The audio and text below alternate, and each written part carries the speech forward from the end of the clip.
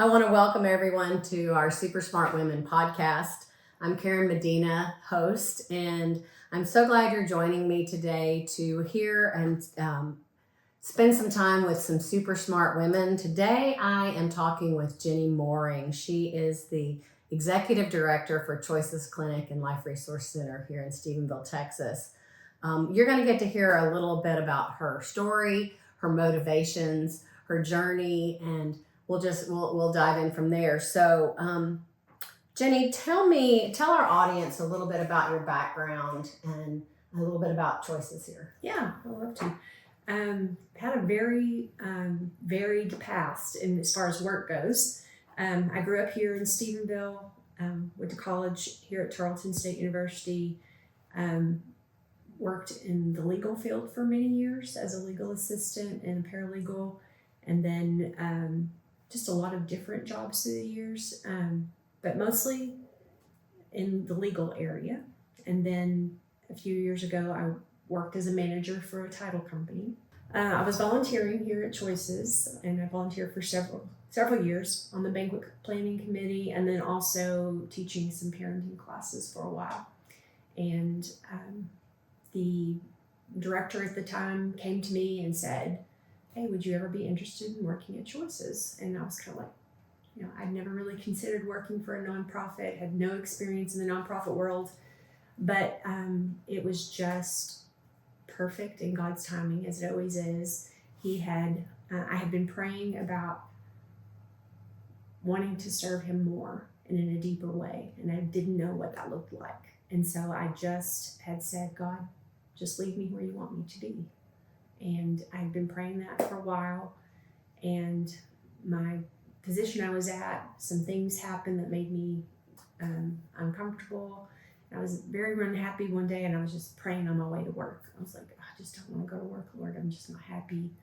Can you just help me know what I need to do with my life? I just feel like I need to be doing more. I want to serve you more. I want to be helping people, and I just feel like I'm not doing that right now. And can you just open up some opportunities for me?"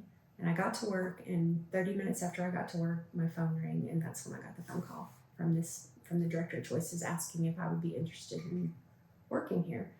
And I was like, "Well, yeah, I'll think about it, and sure, why not? And I'll come talk to you about it." So it was the director of the Stephenville Center at the time, and after talking to them, I just was like, I knew it was the perfect place, because I love Choices and what Choices does and how it helps people. And it was just the perfect timing and the perfect place for me, and it just all fell into place. So some interesting things that I heard you say in that. One, you were volunteering here at Choices. Yes. Before you actually had a position. And I think that's important for young women that are listening, that realize that sometimes where you serve may open up other opportunities. Absolutely. Two, you were praying. So you were definitely, seeking God's direction. And I'm sure with that, other mentors that are in your circle, and we'll talk a little bit about those. And then third, it was God's timing.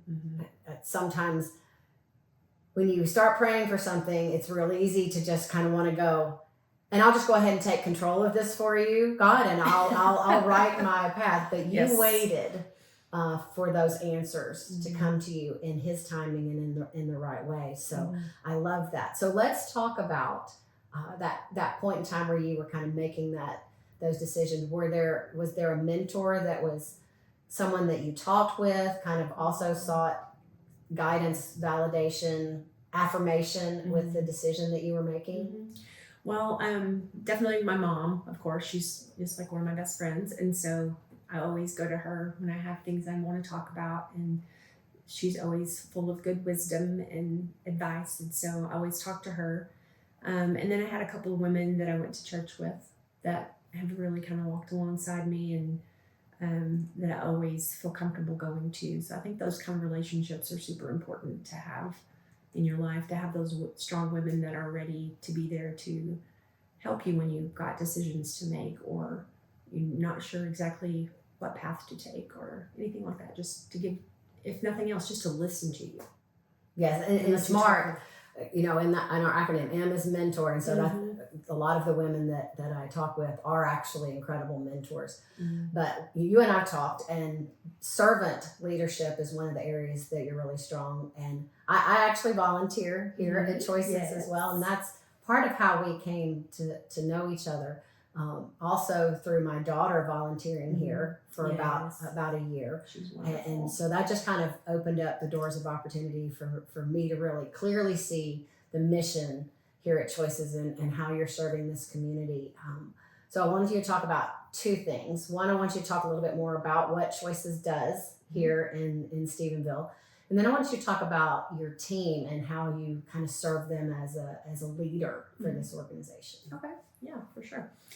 Choices is it's a nonprofit and it's a Christian organization. So we're a ministry, and kind of our overarching goal is to just to show love and support to women in need, whether that's if they're facing an unexpected pregnancy and they come in and they are overwhelmed and they don't feel like they have support that they need to be able to be a good parent, and that they might be considering abortion. And we want to walk alongside them, give them the tools they need, the love they need, the resources they need, so that they feel empowered, so that they realize, yes, they can do it. It's going to be hard, but they can do it, and we're going to be there to walk alongside them with it. And then past that, once the moms that do decide to choose life, then we are here for them to walk along with them as they parent. So we offer parenting classes, and we teach them what it looks like to be a good mom, and for the dads to be good dads. And we help them when they come to classes. We give them lots of resources, so they get free diapers for coming to class. They build community with other moms that are going through the same thing they're going through, which is super important. They have that support system built in that they need when they're going through those early days of being a mom, and especially when it's the first time and they've not experienced or seen what it looks like to be a good mom in their life.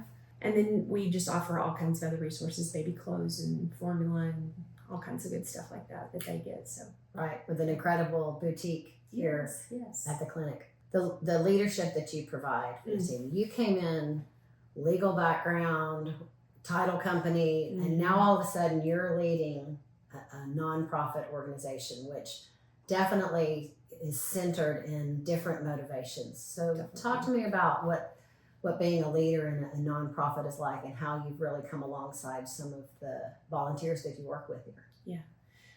Well, I had seen different leadership styles through the years at my different jobs. So I'd seen like the more autocratic, where the boss is the leader and employees have no say and just what he says goes kind of thing. And I think it's important to have strong leaders, but I also feel like employees thrive in a situation better where they feel like they are more involved in decision making, and where they feel like what they say and that their input matters, and that they are part of the team and they're part of what we do here. And so, and then I've been in groups where it was more kind of hands off, where the boss was just not there very much, and employees were just like, do your own thing kind of thing. And you did see some people thriving in that, where they didn't have somebody hovering over them all the time. But there was also a lot of, slacking off, or people not reaching their potential because they didn't have any guidance at all. So it kind of, coming into the nonprofit world, it was kind of looking for the best of all of those worlds and pulling my experience into kind of what, is typically called servant leadership style. So we try to do that here. And that is, I knew that from the beginning, just from seeing how it was run before I came here. That was kind of the style that was used, and I thought that was effective. But I think it's super important in a nonprofit where you're serving other people. You want people that work here or serve here as volunteers to feel invested in what we're doing and to feel part of the mission of what we're doing. And I think you have to have more of that servant leadership style, where your focus is not on being the boss or everybody look to me for everything. It's more, let's work together, and everybody's opinions matter, and we want to come up with ideas together to serve others, and then our focus is on who we're serving and not us. I've had the those similar different management styles where it's you're going to do as I say. There's no room for your thoughts and ideas. I've had the other side you talked about where here's your job, go and do it the best you can. I'm not giving anything to you. Right. And then there's that middle ground where truly a servant leader, I think, excels. And you kind of bring in both aspect of the leadership, but the value that comes from recognizing and appreciating the staff members for what they contribute. Right. And I've got a couple of questions for you kind of in that area. How do you create an environment, a culture where recognition is kind of part of the culture? I think that is by leading by doing. So that's important to me. I try to look for intentional ways to recognize the good that we do here. And so I think it's important to say, look for those things in our team and our volunteers where they're doing a great job and pointing those out. And also not just that, but also like as far as like with staff, if they're struggling in an area, and we talk those things through, but then don't forget about it. Let's say I'm gonna keep a note to remind myself in a couple months to look back at that and say, hey, that's some good improvement in that area. And so focusing on not just the things you are already really good at, but also the improvements you're making and the ways you're growing. Your staff here, the 8 people you've had on staff, many of them came in as volunteers prior to working here. Yeah. Talk about the longevity of some of the staff members. How long have they been here? Our nurse, Tracy, has been here for 10 years, which is unheard of in pregnancy centers. In general, it is not most people don't stay very long. So it's usually 2 to 3 years max is how long people stay in this job. And we have, Tracy's been here for 10 years. I've been here for 6. Our assistant director's been here for 4. We've got a volunteer that she worked as a volunteer for over 10 years and now she's on staff and has been here for the last 2 years. I think it shows a lot about the culture we have here that we can overcome those struggles of what normally happens in pregnancy centers where you get burnout and you get that compassion fatigue and you just can't keep going on doing this for the long term. That we have this strong team that helps encourage and build each other up and get through those tough days and rejoice in the good days so that you can continue the work. Let's talk about that compassion fatigue because that's not a phrase unless you work in a compassion ministry that you're familiar with. Talk about what that is and maybe specifically with a story that kind of relates back to how that might impact someone either working or volunteering in this type of ministry and how you overcome that. Compassion fatigue is really hard, especially in areas, like nursing or in areas like us where we're working with women who are going through some of the most stressful, difficult times of their lives. So we're hearing those hard stories in people's lives every day. So all day long you're hearing about these people going through some of the darkest days of their lives. People that have been abused or in abusive situations or who are struggling financially or emotionally or just are scared to death. And so we listen to these hard stories and it builds up on you because we're here to love and to help people through that. It's not just surface level. We, the people that work here actually deeply care about our clients and we have like that emotional investment in their lives and it weighs on you after a while. Just those hard stories after hard stories and you just love these people so much and you see them struggling and the hard times they're going through and it's just a constant buildup of those difficult emotions and over time it can be wearing on people and so a lot of people over time is just too much for them and they have to stop. So we try to do things here. When somebody's having a hard day, we just like, I need a break. We call a meeting. We all get together. We pray together. We talk through what's going on. So sometimes I'll just say, okay, go take a walk. You know, you need a little break. Or if it's been a really tough week, I'll say, let's rearrange your schedule and you take half day off. You need some downtime, some emotional resting. We all share in each other's difficult days, and we all, you know, rejoice on the good days. So let's talk about some of those good days, because it's not just, I mean, there's great numbers here. And I think the numbers you reported were like 195 women that came in that were making the decision between abortion and life. And you had somewhere upwards of 177 that chose life for their baby. And that is a huge win. 177 lives saved because of the work here. But it's not just a number. Every one of those is an individual story. So let's talk about some of the wins. I know we can't mention names. What is one story that stands out to you that you go, that is one of the wins that you'll always carry with you? Yeah, I remember it was early days after I'd started working here, and I was counseling women in the pregnancy room. So when they were coming for the pregnancy test, and a woman came in, she was in her mid-30s. She already had 2 kids that were like in middle school, and she was recently divorced, and she found out she was pregnant. So she came in, she did pregnancy tests, she was pregnant, and she was just like, I'm not at the point in my life where I can handle this. I'm going through some financial difficulties. My kids are already older. I can't start all over. I have no support. I've got nobody to help me.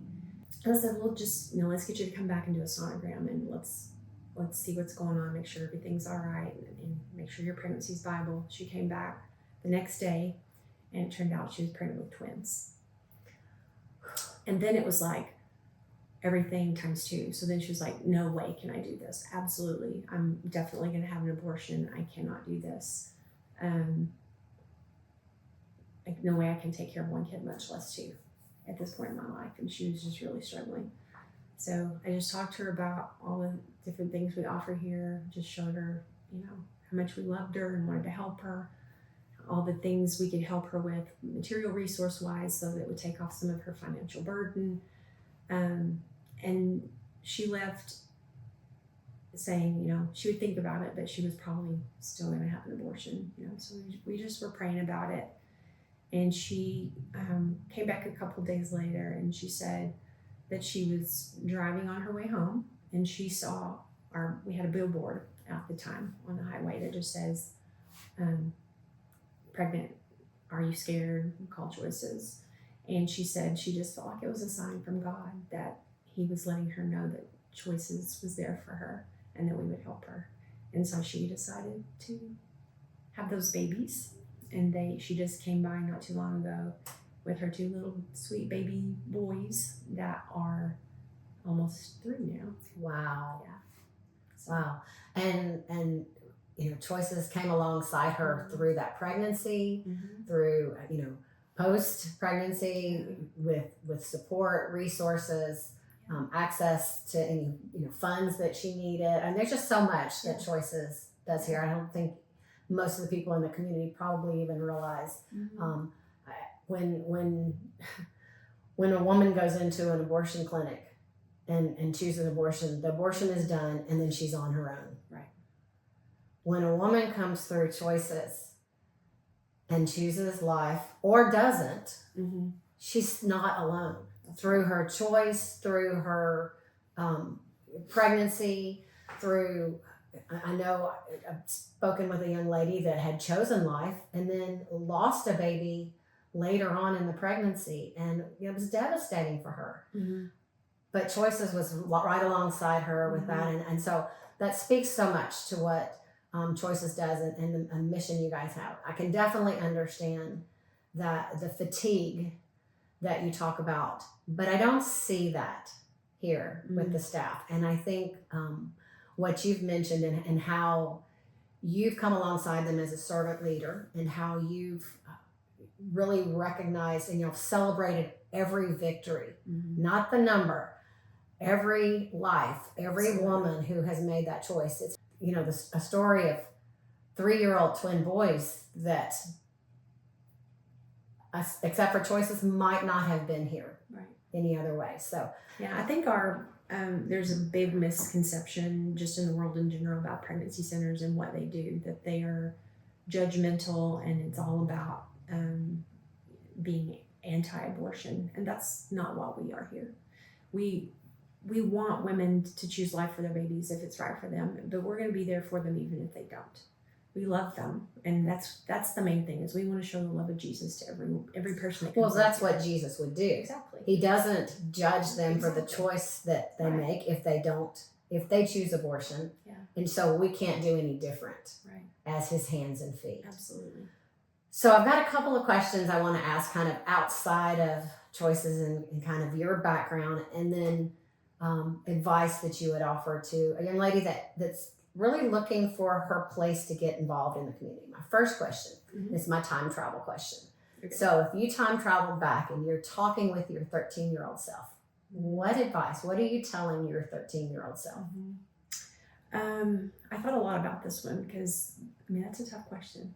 There's a lot of things I'd like to tell my 13-year-old self.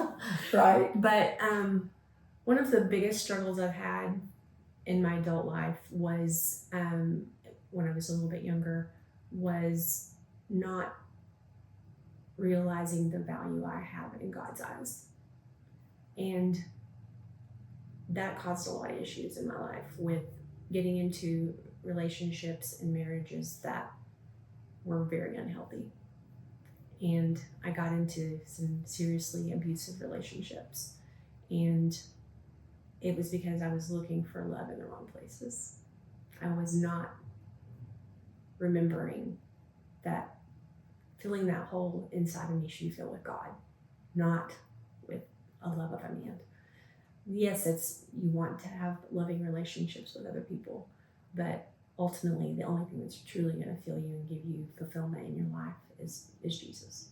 So that's what I would tell my younger self, is to remember your worth and your value in God's eyes, and to not settle.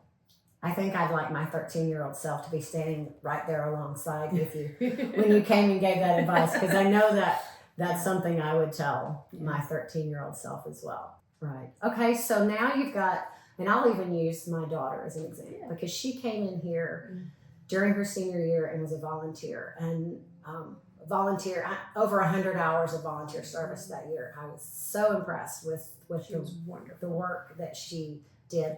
What kind of advice did you give her, and would you give to other young women that age as they are embarking, either they're going to college or they're in college and they're going out into the world? And I will tell you, and I'll tell the audience, when my daughter decided to do the volunteer work here, she was checking a box for her high school resume. Right. So it was volunteer hours with the clinic. Yes, she wants to be a nurse. This will look good on my resume. Mm-hmm. What happened on the other side of that was something completely different. So I want you to talk about kind of the advice that you would give to a young woman that's maybe looking to check boxes, but really needs a broader picture. Absolutely. I think it's hugely important to find something that you want to do with your life that you're passionate about. That let God lead you in that area. Let God show you how to use your gifts. And if you find something that you can do with your life where you can serve others and you can be passionate about it, it's not a job anymore. And that's huge. That makes such a difference in life, because I spent most of my life going through working in jobs where it was just a paycheck. Right. And it was every Sunday night I was dreading that I had to go to work. I think that's why most of the world hates Mondays. Yes. And I don't do that anymore. I never dread coming here. I mean, never. I love my job. It's not a job. It's just a chance to come and serve and try to be a blessing. And you happen to get paid. Yeah. And it's just a blessing that every day it feels like, you're getting paid for just doing what you love. It's great. And I think that's wonderful. I think if young people would focus on that instead of what can I do to make the biggest paycheck, or what can I do that's prestigious, or, things like that. Focus on what are your gifts that God has given you, and where is He leading you, and what are you passionate about? then you would have a lot better luck and a lot happier time in your life. So I have 2 questions to kind of close us out. My first question would be, is we talk about resources. I know you're an avid reader. You and I both have talked about that. What is one of your favorite books that you would want to share with our audience, and why? Mm-hmm. Oh, I've got so many. I read so much, but one that's had a huge impact on me in the past few years was Forgiving What You Can't Forget by Lisa TerKeurst. I recommend that to people all the time because it helped me through one of the darkest times of my life. And an abusive relationship was over, but just dealing with the aftermath of that and all the pain and the hurt and bitterness that I was feeling, learning to give forgiveness and grace to people that have hurt you is really hard, but learning to do that is life-changing. It helps you to heal and to be able to have a happy life when you might think you never will again. And I thought that book speaks to that so perfectly. She wrote that going through a difficult situation of her own, and so as I was reading along through it, it felt like we were connected. Like she was going, she had gone through some. She got you. She did. She got me. And so it was great. So it was, I really think that's super important. Of course, the Bible. That's just a given, that's the most important book that we need to be reading. Those are some of the biggest ones that had a big impact in the last few years in my life. Forgiving What You Can't Forget. Mm-hmm. I'll put the link to that below the podcast so you guys can actually access her website to get a hold of that one, and then in the podcast. All right, so your final question, and I'm shuffling over here to it. What's one thing that you would want a future super smart woman, a young woman, what's one thing you would want her to walk away with here today? What's one, I know we've talked about the advice that you would give, but this is a kind of take action question. What's one thing that they should do starting today in order to make an impact in their future? Just start looking around. There's so many people hurting in the world today in so many different ways. If you just start looking around, there's so many ways you can make a difference in this world. Just look for, you can start with little things. Just see somebody that's having a hard time at the grocery store, the kid's throwing a fit and mom's losing her mind, and she just needs a little help, help her get to the car, just little small things. Or bigger things. Find organizations that serve a population that you're, something that you are passionate about, that you feel is important. There's so many different groups out there that you can serve in. I just think that is super important. If you find a way to focus on the needs of others in the world, it enriches your life and it helps others. There's so many good reasons to be a servant and to serve others. First of all, because God, like the greatest commandment, love God with all your heart and love others as yourself. And how do you love others? If you love them, you're going to want to help them. I know how much my daughter got out of volunteering here. Jenny, thank you so much for spending time with me today. It's been a pleasure. Talking about you, talking about choices, talking about super smart women. I hope that you've enjoyed this as much as I have, getting to a little peek behind the curtains of what they do here at Choices. If you're looking to volunteer and this has pricked your heart, I'll also put a link to Choices down in the below the video or with the podcast so that you can check out Choices and see how you can get involved. If you are enjoying these stories and insights with super smart women, please subscribe to the podcast or to the YouTube channel. Love to have you here as part of our audience on a regular basis. And until next week, stay strong, stay savvy, and stay smart.